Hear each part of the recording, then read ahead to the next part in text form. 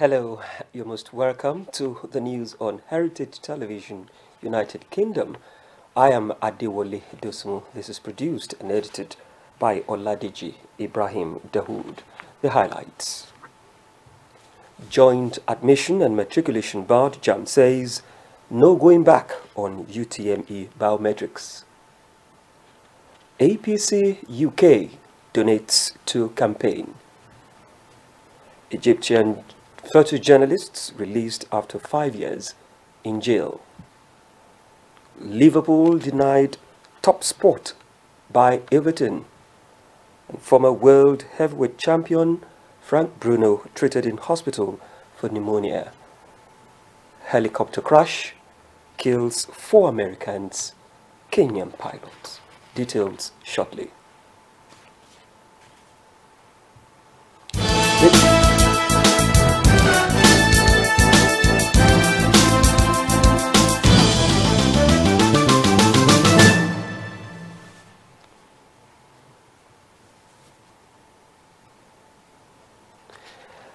The Joint Admissions and Matriculations Board, JAM, says it will not rescind in its decision on the use of biometrics in the conduct of its Unified Tertiary Matriculation Examination, UTME. This is contained in the board's weekly bulletin issued in Lagos over the weekend. According to the bulletin, the importance of biometrics in the conduct of the board's examination cannot be overemphasized. It noted that the biometrics verification machine, BVM, was introduced by the board in an attempt to get rid of the numerous forms of examination malpractice. It said the BVM was a security mechanism used for the authentication of candidates' identity as provided for in the access to the individual data based on physiological characteristics. The core value of the biometric verification process lies in its ability to provide extra layers of security and protection against counterfeiting and impersonation.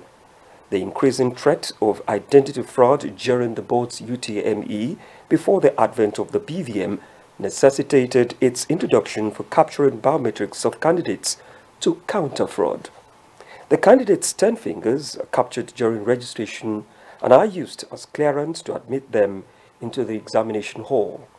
There are various types of biometric solutions, but JAM opted for fingerprint recognition to eliminate all forms of infractions.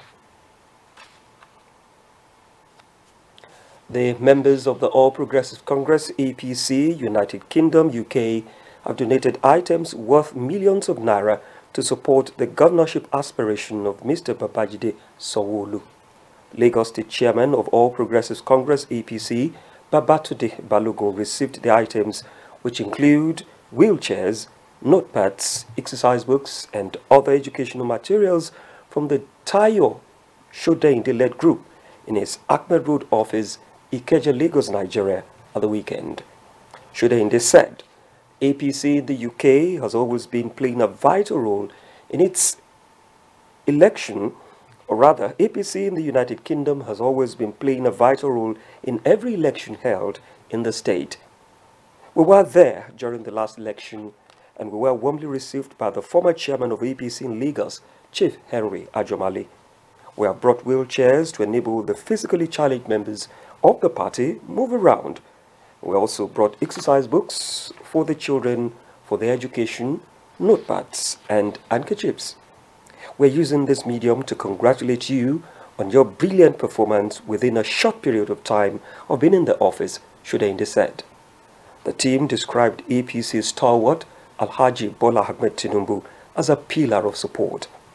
Balogun thanked the group for its gesture, saying, "You have shown great passion and service to this party, and each time you are here, you have never come with an empty hand. I thank you for alleviating the suffering of the physically challenged among members of our party." The group visited the Sanwo-Olu Independent Campaign Group, that's the ICG, in Ikeja, GRA, where some items were handed over to the Director General, Mr. Tayo Ayinde. An award-winning Egyptian photojournalist, Mahmoud Habib, known as Sohan, was released today after being in prison for over 5 years. A post on his Twitter account said he was freed with a picture of him on the street. Shahan had been in jail since August 14, 2013, when he was arrested while covering a demonstration in Cairo by supporters of deposed Islamic President Mohamed Morsi. He was accused of being part of Morsi's Muslim Brotherhood, which Egyptian authorities had declared a terrorist organization. He was sentenced to 5 years in prison in August, but his release was expected since he had already served over 5 years in pre-trial detention. In the same case, 75 people were sentenced to death for participating in the sit-in. Shahan in April won the 2018 UNESCO Guillermo Keno Press Freedom Prize. In 2016, he also received the International Press Freedom Award by the Committee to Protect Journalists, CPJ. Moving over to sports, Liverpool played out a goalless draw with Merseyside rivals Everton yesterday to miss out on the chance to return to the top of the Premier League.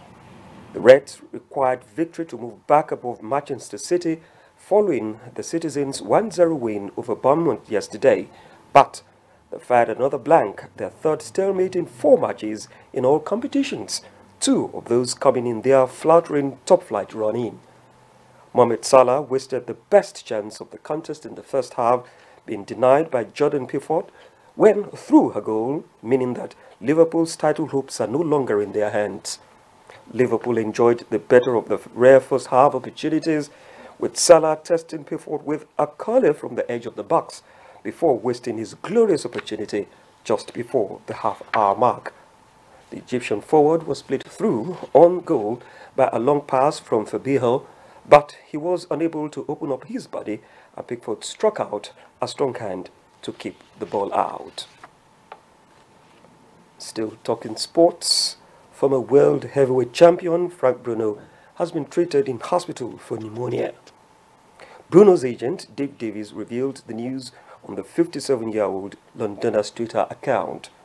Davies wrote, "Frank has contracted pneumonia, and we must say big thank you to all the staff of Houghton General Hospital in Banbury who have treated him. He now needs a few weeks of rest." Bruno, one of Britain's most popular sportsmen, won the WBC heavyweight title at the 4th attempt when he beat American Oliver McCall at Wembley in September 1995. He had previously lost title bouts to Tim Witherspoon in 1986, Mike Tyson in 1989, and Leonard Noyes in 1993. Last week marked the 30th anniversary of Bruno's most famous fight when he took on the fearsome Tyson at his peak. And to this sad one, 4 Americans and a Kenyan have been killed after a helicopter they were traveling in crashed in northern Kenya today. The helicopter crashed at Central Island, a volcanic island on Lake Takuna, Kenya's national police said in a statement they issued. Available information indicates that 2 helicopters had landed earlier at Labolo tented camp on the National Parks Island, and however, only one managed to clear the area safely, the statement added. The wreckage of the helicopter was received in the early hours of today. The cause of the accident remains unknown as the investigation continued.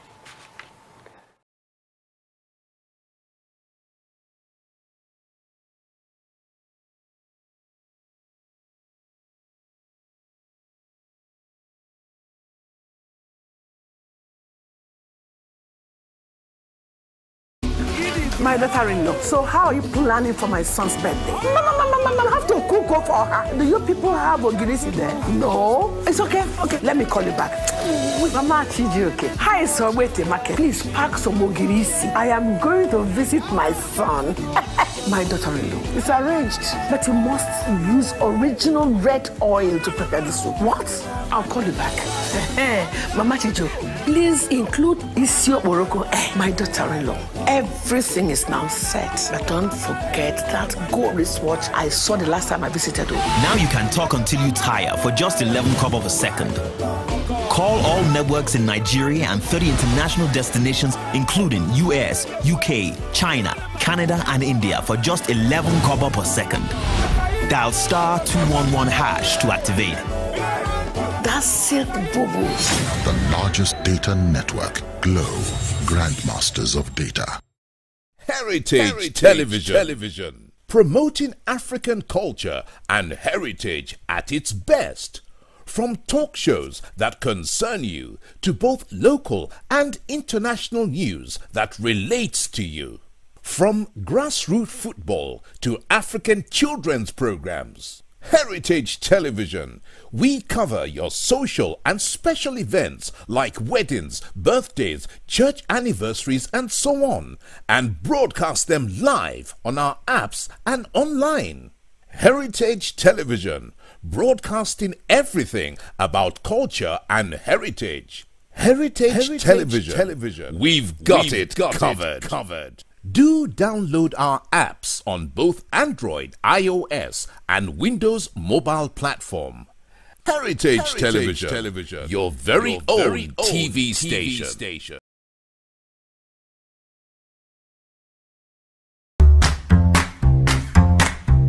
Tolu A. Akinyemi, a renowned poet, author, and performer, brings to us Dead Cats Don't Meow, a metrical masterpiece which invokes love and respect for life. Dead Cats Don't Meow is his fourth published work and third collection in his poetry. For the discerning series, after Dead Lions Don't Roar and Dead Dogs Don't Bark, Tolu shares his gift of writing with people far and wide. Recently, he received an endorsement as a writer with exceptional talent from the Arts Council England. Each poem examines a part of life, a sensation, a reaction, or an emotion. Individually, the verses breathe their own beat, while the collection knits together perfectly to present an idyllic anthology. Dead Cats Don't Meow is written to help you find your own voice in a world with a cacophony of voices. Join Tolu A. Akinyemi at one of the 4 events to celebrate the launch of Dead Cats Don't Meow. Thursday, April 4, 2019, 7 p.m. to 9:30 p.m. at the Poetry Cafe, the Poetry Society, 22 Betterton Street, Covent Garden, London. Saturday, April 13th, 2019, 4 p.m. to 8 p.m. at Museum Center, Function Room, 8 and 9 Marina Road, Onikan, Lagos, Nigeria. Thursday, May 2, 2019, 7 p.m. to 9:30 p.m. The Lead and Feel, 23 Westgate Road, Newcastle upon Tyne. Thursday, May 9, 2019, 5:45 p.m. to 7:15 p.m. The Avenue Library and Learning Center, 9 Victoria Avenue East, Blackley, Manchester. RSVP, tolutoludo.com. Dead Cats Don't Meow will be available from April 4, 2019 from Waterstones, Barnes & Noble, eBay, Amazon, Pataba, and other outlets. It's also now available to pre-order on Amazon Kindle.